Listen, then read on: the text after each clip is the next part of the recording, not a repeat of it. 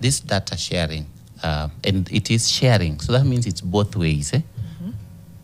Are they sharing their medical records with us? Not their medical records. Not records, sorry. It's aggregated. Data. It's aggregated data. Yes, they're aggregated medical data. And I'll talk about what aggregated data means. So this data sharing, number one, there has to be a request in terms of what information do you need. Okay. Then number two, there has to be a mechanism of how I give it to you. Now, in our mechanisms, we have put one is that we have to have an approval both by the Digital Health Agency and also by the data controller before we provide it. Number three is that you have only to use it for what you have requested, and then you have to feed back for us. So we have put those access safeguards within that provision. So for every data that is provided, there has to be a request. Okay. You understand? So that already people will know, oh, this is what has been requested. Okay. Yeah. And then you say how it's given. And then how it's given, how it is used. Yeah. And then you have to give us feedback on what you that's the fourth one. That's the fourth mechanism. What you did with it. Yeah. Okay. Yeah. I don't know if we've exhausted data. So, it just seems like... so I'm just trying to understand fully. Yeah. So, for the avoidance of doubt, this is not to say that the US government will have access, for example, to SHA records. No. Or anything under the Digital Health Authority. We have a very, and that's the foundation I was laying when I came here. That has been closed. Right now, it's only the Kenyan government that runs the comprehensive integrated health information system. We took over all those systems. There were several systems. There was a system for TB. It's called tibu.go.ke. There was a system for vaccines. It was called chanjo.go.ke. There was a system for now the malaria. There was a system for, we used it mostly for CCCs and HIV, the one that we were calling Kenya EMR. Now we're even expanding it beyond that. There was a system for blood called DAMU, okay? All of those, we have put them together, and we have now taken them from hands of third parties. Thank you for that word. I was struggling there a bit. To government. Right. And so right now we can confirm to the entire country and each citizen that your data is in the hands of the government. Alone. You know, and that is why, by the way, can I be honest with you? In a previous arrangement, can I be a bit honest? In a previous arrangement, the US wouldn't need to sign a data sharing agreement. Why? The answer is with you.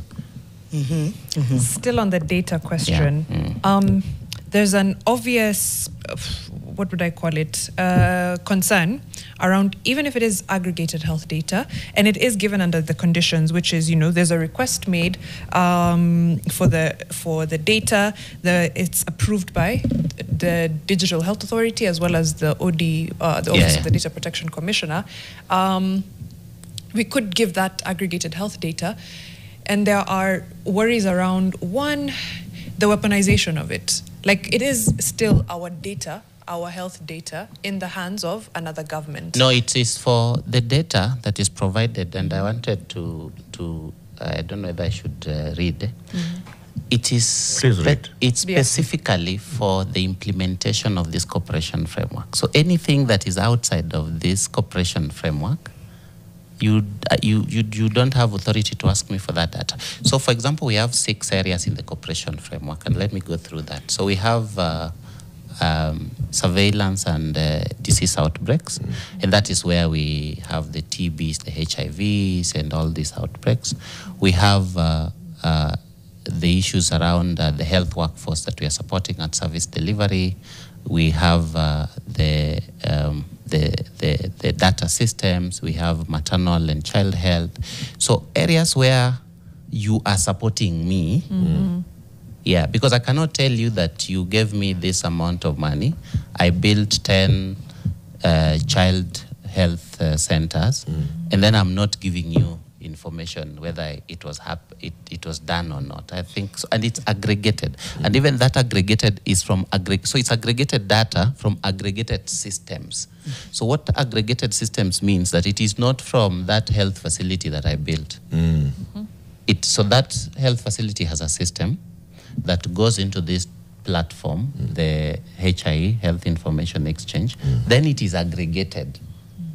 Like out of 10 health facilities that I built using your funds, I saw 20 children. These 20 children, I prevented this number of diseases, I immunized this percentage, and it's aggregated data from aggregated systems.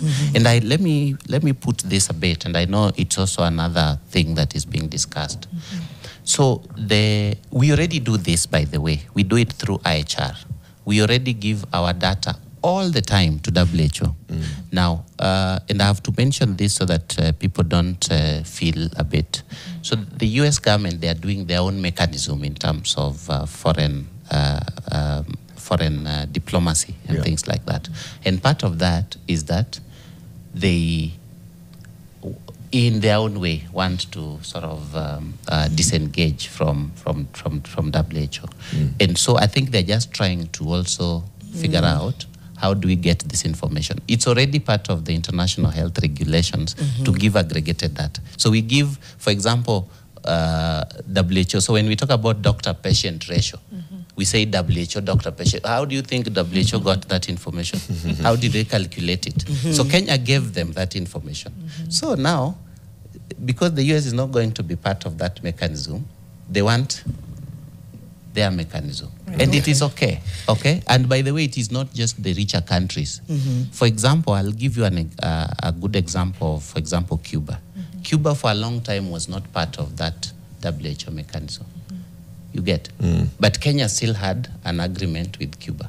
So I just wanted to allay fears that there is nothing that is strange out of all of this. And Cuba is not like a superpower that you can say, oh, you know, they will access our... So I wanted to make sure that we are on we'll see if they've been allayed. page.